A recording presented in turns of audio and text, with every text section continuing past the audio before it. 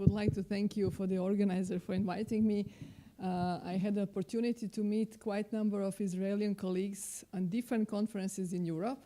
And I was always wondering, when will the time come for me to come and visit Israel? And I was really glad to receive an invitation. And this is really a great experience for me, both from different points, academic as well as making friendship and meeting people and culture and see Israel here, how it's functioning, not only Israeli coming to Europe. So I'm really glad to be here and share some of my experiences. I was not one who was signing any of the declarations. I'm sorry about that. But I am involved in Bologna process, I would say, for at least more than 10 years. And I will try to give you some of my ideas or how I'm thinking about Bologna changing the heads. Because one of the things is that I'm coming from Croatia, from University of Zagreb, which is the central Croatian university. It's a big institution. It has 70,000 students. And we did sign Bologna Declaration in 2001. So we have more than 10 years behind us, and I was more or less involved from the very beginning. I would say first in more or less in the preparation of Bologna process and then doing Bologna process, first as a professor. But now I'm doing I'm in a second mandate as a vice rector, which means also that I'm coming top down and struggling with professors and students and everything else. So it's interesting point when you look through the same process from a very different perspective. Once someone tells you, look, you have to reorganize your program, you have to reorganize your course because Bologna is coming, then telling others, look, Bologna is something very good, do it. And then looking as a vice rector and tell, look, you have to change things. This is not functioning well. You're not doing well. Bologna is important. So, I mean, it's really changing the perspective. The other perspective that I would like also to mention just a little bit, I've been a member of a steering committee of European University Association Council of Doctoral Education. Then I became a vice chair. Now I'm a chair of a steering committee. Just to give you a piece of information, European University of Association has almost 900 universities, members of European University Association. Council for Doctoral Education has about 240 research universities. And we are actually very much involved in a policy making. What does it mean to have a doctoral education on a European level? And of course, taking also, as Professor Zgaga was talking about, a global perspective. I will tell a few words about this. What does it mean? Why this is important? Because when we talk about the doctoral education, we again think about the doctoral education as within the framework of Bologna, so within the Bologna scheme. And the milestone for putting a doctoral education in the focus, what is happening in Europe, was 2005, when there was one of the conferences that I'm going to mention, many gatherings, but it was in Salzburg, and this Salzburg initiated, I would say, the whole tremendous change when we speak today about doctoral education. So this is another perspective of me being very often on a European Union side, although my country is just to enter Europe in 2 weeks, European Union in 2 weeks from now, but very often I was involved and represented in the different bodies like Bologna Follow-Up Group. So it's kind of getting additional elements to the chaos in my head and one of my heads. And finally, I would like to mention also, because Professor Zgaga was already mentioned, which are the countries not to be the members of Bologna process.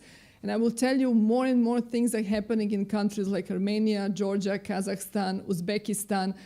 Pavel and I, we were just exchanging, I'm going to Uzbekistan in August, he's going to Turkmenistan in September.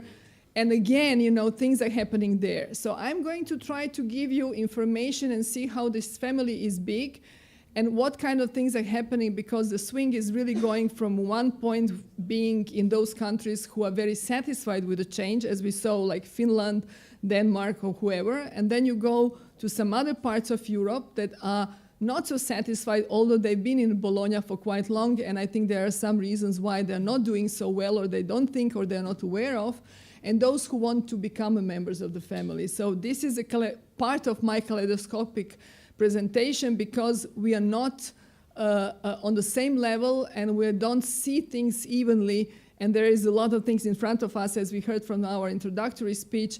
I would start my presentation as saying Bologna is a success, but we still do have many questions to answer, and there is still much work to be done. And we all have to be careful about this and aware of that regardless where we are right now.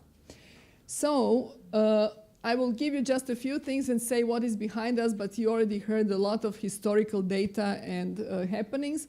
I will try to give you examples and some thoughts on more general perspective and very concrete coming from my own universities, and try to answer to some of the slides that Professor Zgaga showed. He got me interested. I was listening to him and thinking, how could I change my presentation? What can I do? And then I was always wondering, it would be great to have a parallel monitors, you know, 2 screens, and kind of go back and forth, because he raised many interesting questions. And I will try just to give a few words and see what is in front of us, but I would say a lot of work. So one of the things that we already heard quite a bit, I think a big change for Europe was introduction of the concept of European higher education area and European research area. I would say those concepts at the beginning were very foggy. I mean, they were nicely done, but no one was completely aware. And I'm not speaking now on the policy strategy level. I'm talking now from the bottom-up perspective. Everyone was thinking, what is that? I mean, what they're talking about, how we're going to do it. Oh, come on, yes, every time there are some good ideas, but how we're going to make it. Today, for us, it's quite clear that there is European higher education area. It's quite clear that we are belonging to the same family, same framework, although we are very different. And this is something that we go all the time back and forth. What are the differences? How to deal with those differences? What does it mean for the complete higher education area? And at the same time, still many goals to be reached.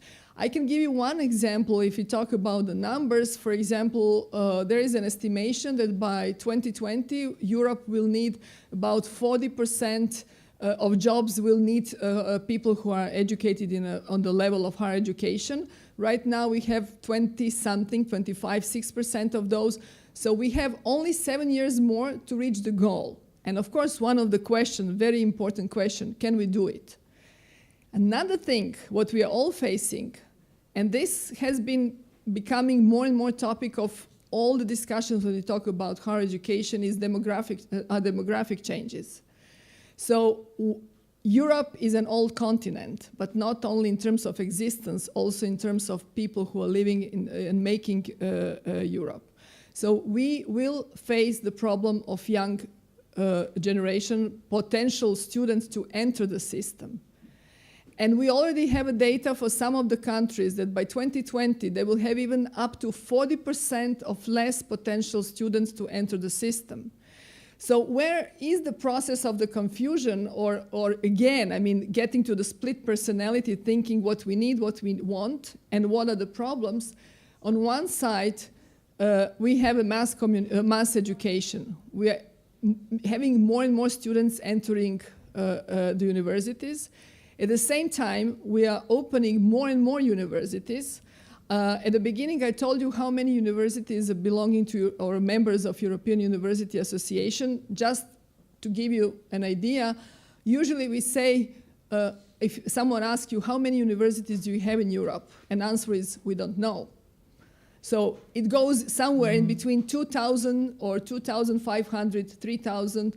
Why? Because no one can count them anymore on a daily basis. Maybe by the time I'm giving this presentation, okay, for Europe now is Sunday, and no one is opening new universities, hopefully. But Monday morning, maybe there is a new university, there is a new Hochschule or any other kind of institution. So I mean, we have an increased number, day by day, new institutions.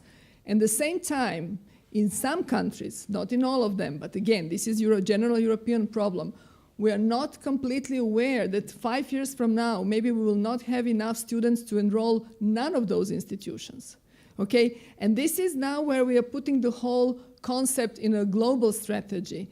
And this is when we talk about European higher education system today, when we say internationalization or to be internationalized, in Europe is changing, the semantic field is changing. So to be international in the European Union meaning of education is to actually to mean to go outside European Union, or we talk more and more about global strategy.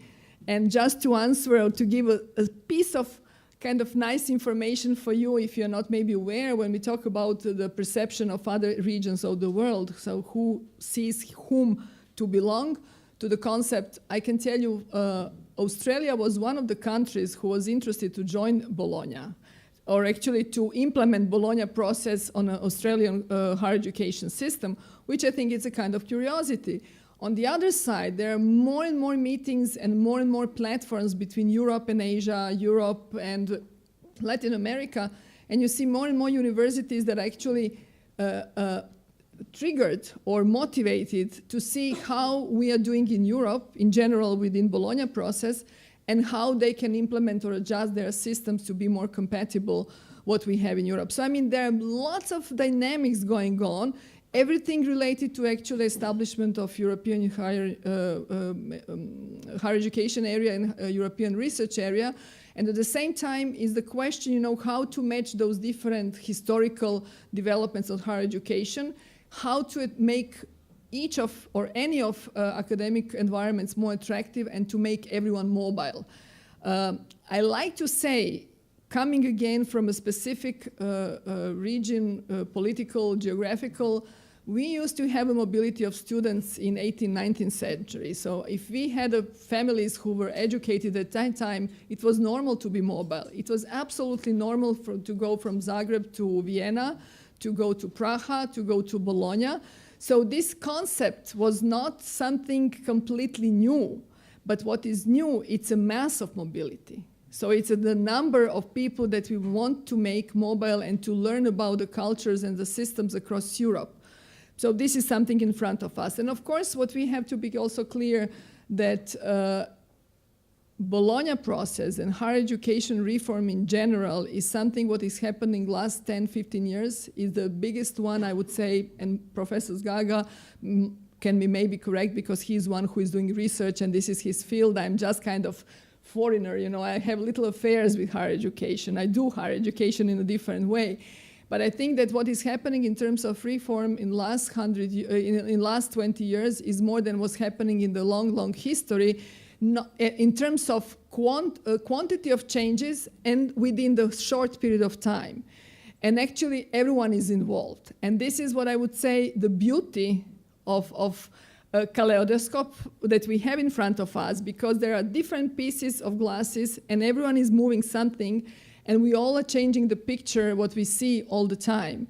And I would say this is a kind of challenging time for anyone who has a passion for higher education, because as we heard from Dr. Rüdger's presentation, what we are doing today actually is a knowledge that is needed for further development.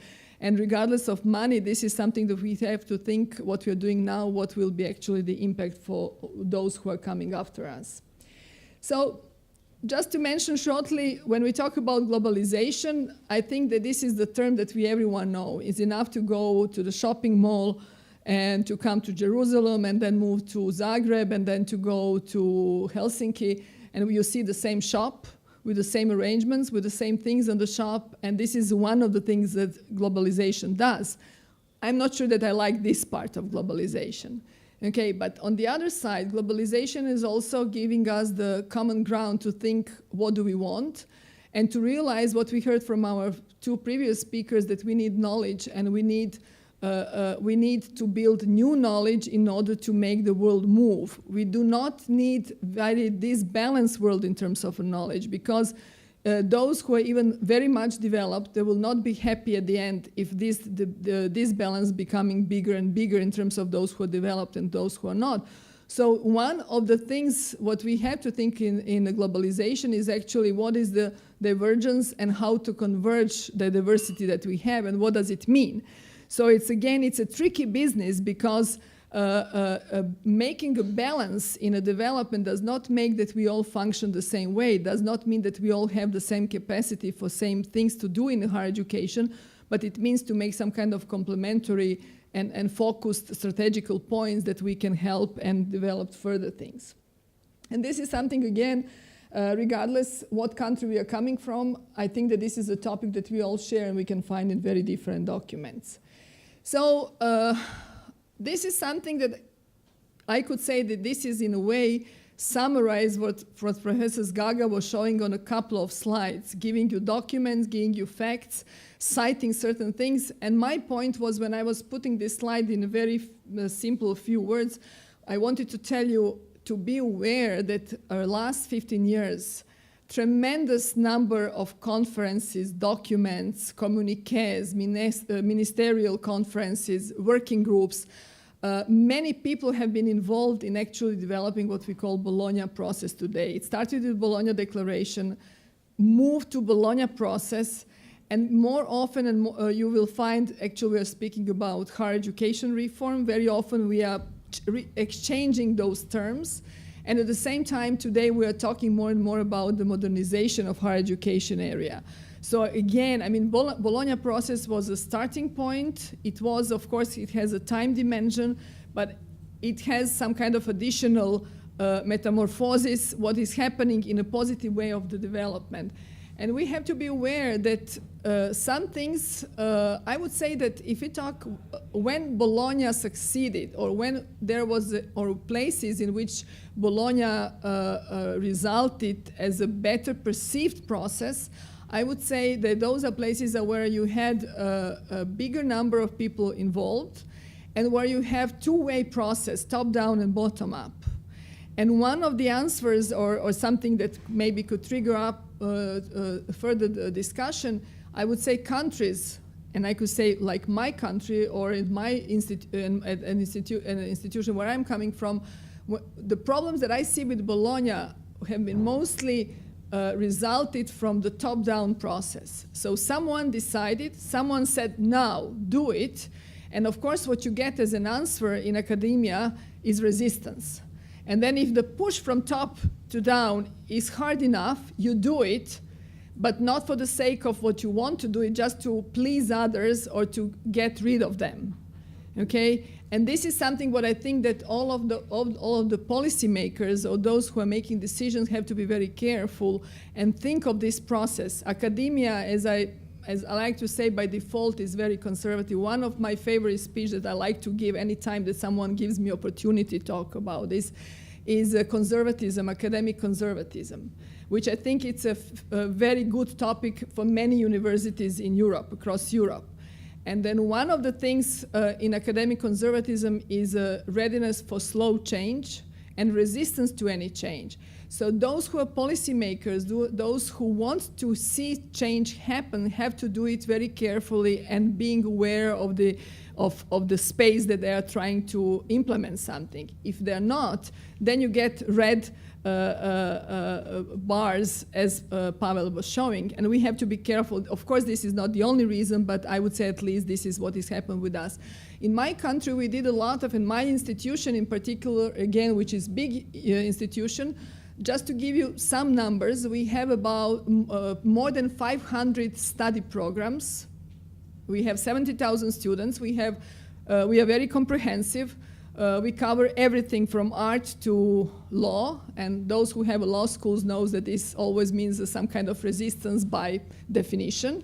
There are always procedures and always resistance. So we have more than 500 programs. We have more than around 10,000 courses.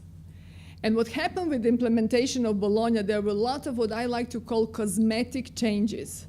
And Pavel, I think, put in some slides, cutting, pasting, shortening, shrinking, and still keep more or less the same ideas, what do you want at the end? And of course, this does not work. And now we are in a process to think, what to do and how to change it. So what we had, but going back to general a European perspective, not European Union, general European perspective. What we had before Bologna process, we had a diversity across countries, universities and disciplines. What we have today, the same thing. We have diversity across countries, universities and disciplines. Is it good? Yes. Is it still a problem? Yes. Does it have to be changed completely and make the same content? Not at all. And this is a tricky business. So, I mean, we have to know and we have to understand what does it mean, diversity.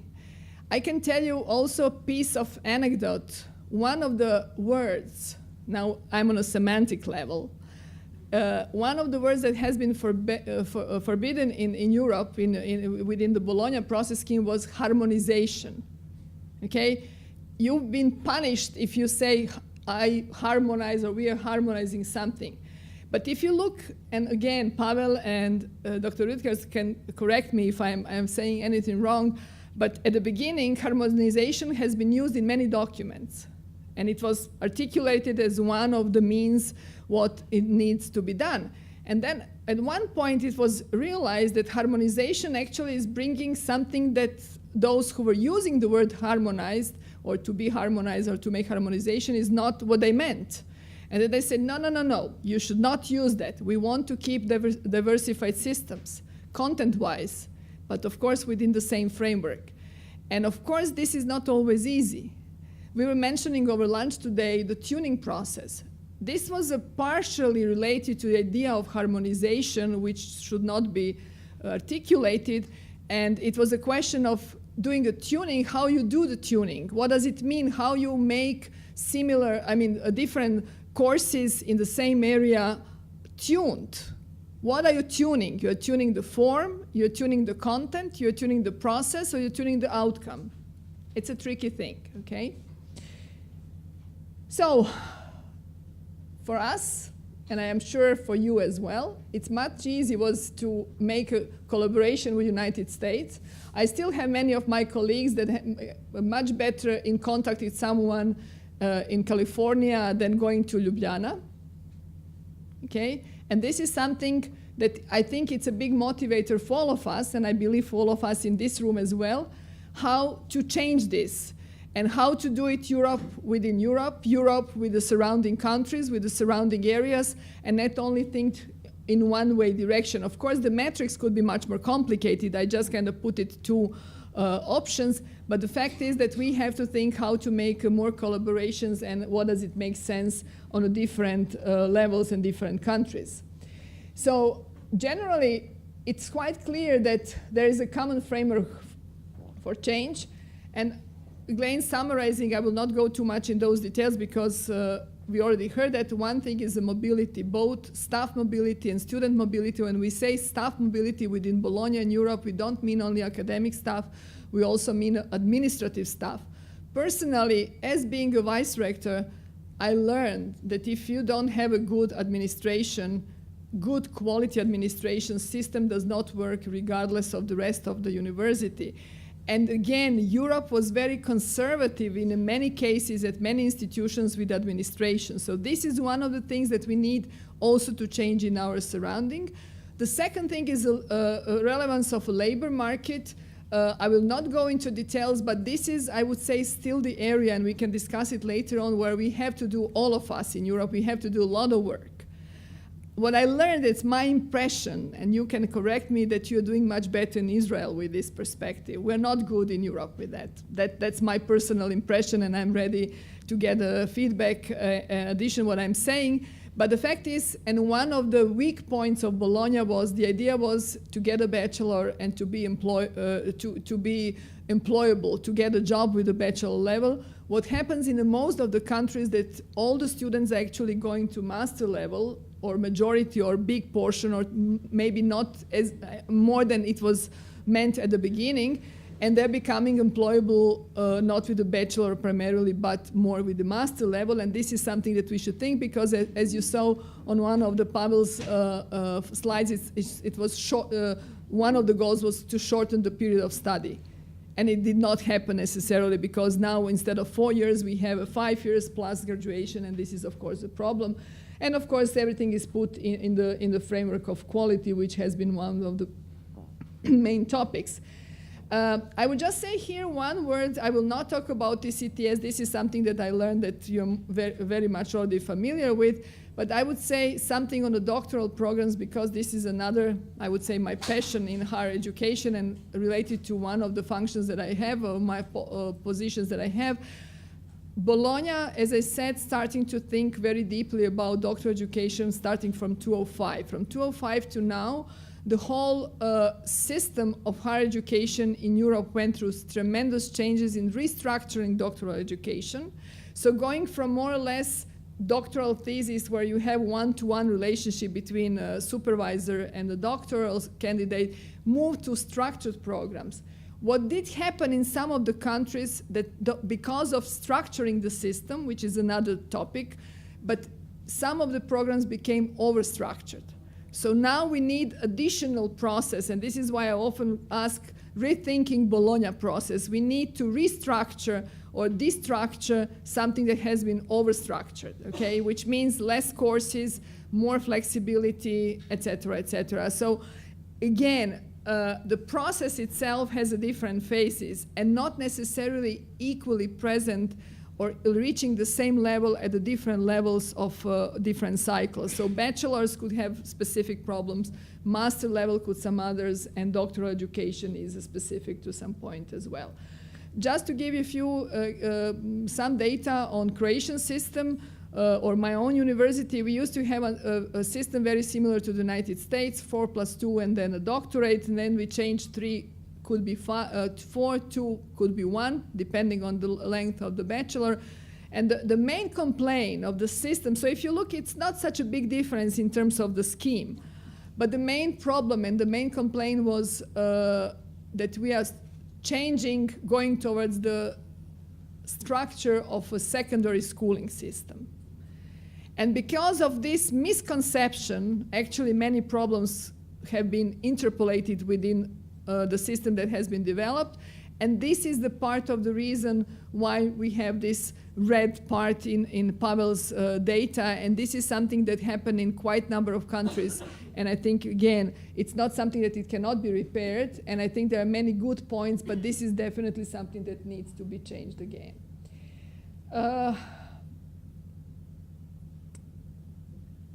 I will skip this. So after 15 years,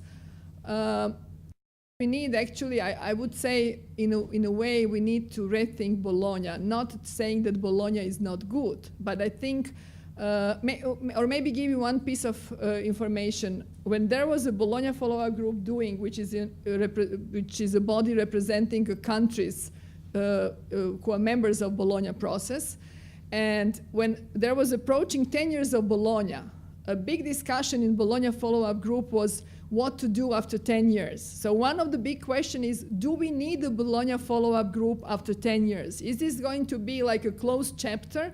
We will reach the point of what we did, what we planned, and now everyone is going to do whatever they're doing.